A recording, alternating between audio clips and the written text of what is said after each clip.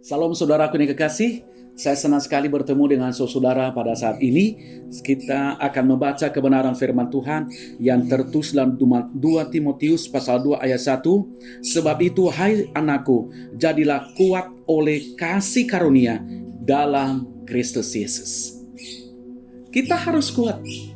Akhir-akhir ini banyak orang yang lemah, banyak orang yang down, banyak orang yang jatuh, banyak orang yang tidak berdaya lagi, saudaraku dikasihi Tuhan. Tetapi hari ini firman Tuhan mengingatkan kepada kita, jadilah kuat. Kalau kita tidak kuat menghadapi situasi dunia ini, kalau kita tidak kuat menghadapi di sekitar kita, kita akan jatuh. Bahkan kita juga akan tergeletak, saudaraku dikasihi oleh Tuhan. Kalau kita tidak kuat untuk menghadapi persaingan dunia ini, kalau kita tidak kuat, saudaraku dikasihi oleh Tuhan, menghadapi di sekitar kita, kita tidak bisa berbuat apa-apa. Apa yang akan terjadi? Kita pasti akan jatuh. Kita akan tidak dianggap orang. Makanya saya berikan judul uraian khotbah saya hari ini, jadilah kuat. Nah, mungkin kita berkata, bagaimana saya bisa kuat? Sesuai dengan surah Rasul Paulus kepada anaknya yang dikasihi. Ya, sebab itu hai anakku, jadilah kuat oleh kasih karunia di dalam Yesus Kristus. Kenapa? Kalau kita kuat di dalam Yesus, di situ kita akan meraih kemenangan demi kemenangan. Hanya orang kuat yang bisa menang, hanya orang kuat yang bisa berhasil, hanya orang kuat yang bisa bersukacita, hanya orang kuat yang bebas dari segala kelemahan, hanya orang kuat yang mendapatkan berkat yang melimpah, saudaraku yang dikasihi Tuhan. Nah, bagaimana kita harus menjadi kuat? Yang pertama, kita harus kuat karena banyak tantangan dan kesulitan. Di dunia ini banyak kesulitan yang kita hadapi. Akhir-akhir ini kalau kita melihat sana sini, saudaraku dikasihi Tuhan, kesulitan. Orang mau bekerja, itu namanya kesulitan, saudaraku. Kesulitan mencari uang, kesulitan mau beli ini, kesulitan mau cari ini, saudaraku dikasihi Tuhan, itu adalah kesulitan.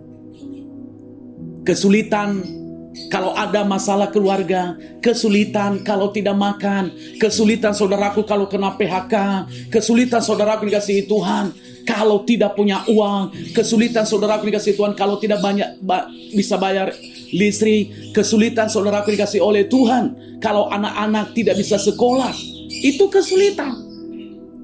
Nah, untuk itu makanya kita harus kuat sebagai anak Tuhan. Kita harus kuat sebagai orang yang percaya kepada Tuhan. Untuk kita kuat menghadapi situasi kesulitan itu. Yang kedua yang perlu saya sampaikan kepada kita, mengapa kita harus kuat? Kita harus kuat karena kekuatan kita dapat menolong orang lain. Lewat kekuatan yang ada di dalam diri kita, bahkan di dalam diri saudara, saudara bisa menolong orang lain. Ketika dia berkata, kami sedang menghadapi kesulitan, saudara bisa memotivasi dia, saudara bisa menguatkan dia, saudara bisa menolong dia ketika saudara mendengarkan keluhannya, saudara bisa menolong dia ketika saudara membuka jalan bagaimana masalah yang sedang dihadapi, saudara bisa menolong dia ketika saudara berkata kepadanya, inilah yang harus kita lakukan. Itu cara kita menolong orang. Kenapa? Di dalam Alkitab banyak orang-orang yang kuat walaupun mereka menghadapi masalah. Kenapa? Karena mereka tetap dipulihkan oleh Tuhan sehingga mereka dapat menolong orang lain. Kenapa Yusuf bisa menolong saudaranya? Karena Yusuf pernah berpengalaman. Awalnya dia, saudara dikasihi Tuhan, masuk di dalam penjara. Sehingga dia kuat, dia tolonglah saudara-saudaranya. Bahkan seluruh orang-orang Mesir pada waktu itu dia tolong, saudara dikasihi Tuhan. Yaitu dia bagikan gandum kepada mereka. Kenapa? Karena ada orang kuat di situ, yaitu namanya Yusuf. Nah, begitu juga saudara hari ini. Saudara harus kuat di dalam Tuhan. Yang ketiga yang perlu saya sampaikan kepada kita. Nah, mengapa kita harus kuat? Kita harus kuat karena kita mempunyai pengharapan di dalam Tuhan. Pengharapan kita di dalam Tuhan adalah yaitu supaya bersama dengan Tuhan kita nanti akan memerintah. Bersama dengan Tuhan kita, saudaraku dikasihi Tuhan, akan bersama-sama dengan Dia. Bersama dengan Tuhan pengharapan kita akan bisa menerima nanti mahkota. Yaitu mahkota apa? Mahkota kebenaran itu Dia akan berikan kepada kita. Berikan kepada siapa? Hanya orang-orang yang bertahan sampai akhir. Hanya orang-orang yang kuat sampai akhir, saudara dikasihi Tuhan. Tuhan akan berikan kepada mereka. Makanya hari ini tetap kuat di dalam Tuhan. Amin, saudara dikasihi Tuhan. Yang keempat yang perlu saya sampaikan kepada kita. Mengapa kita harus kuat? Kita harus kuat karena kekuatan kita menyenangkan hati Tuhan. Ya, saya akan baca satu ayat. Di dalam Efesus 6 ayat 10. Akhirnya, hendaklah kamu kuat di dalam Tuhan, di dalam kekuatan kuasa-Nya. Karena orang yang kuat, berarti dia menyenangkan hati Tuhan. Mungkin kita berkata, loh kalau saya kok menyenangkan hati Tuhan? Ya betul, menyenangkan hati Tuhan di sini berarti kita tidak membuat Tuhan kecewa. Kita tidak membuat Tuhan, oh kok gimana?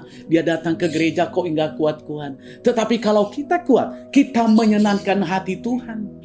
Menyenangkan hati Tuhan di sini berarti lewat kehidupan kita nama Tuhan dipermuliakan. Lewat kehidupan kita nama Tuhan ditinggikan. Lewat kehidupan kita nama Tuhan menjadi berkat bagi banyak orang. Itulah cara kita menyenangkan hati Tuhan lewat kekuatan yang kita miliki. Nah, saudaraku dikasihi Tuhan, kalau kita mengerjakan keempat perkara ini, saya sangat percaya kitalah orang yang tetap kuat di dalam Tuhan. Makanya saya ambil kesimpulan hari ini, saudaraku dikasihi Tuhan.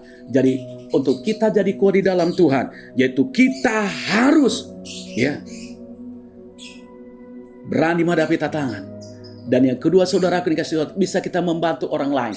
Dan kita juga memiliki pengharapan di dalam Tuhan, dan kita juga bisa menyenangkan hati Tuhan. Saya percaya lewat firman Tuhan ini saudara diberkati. Sukses saudara, Tuhan Yesus Kristus memberkati. Amin.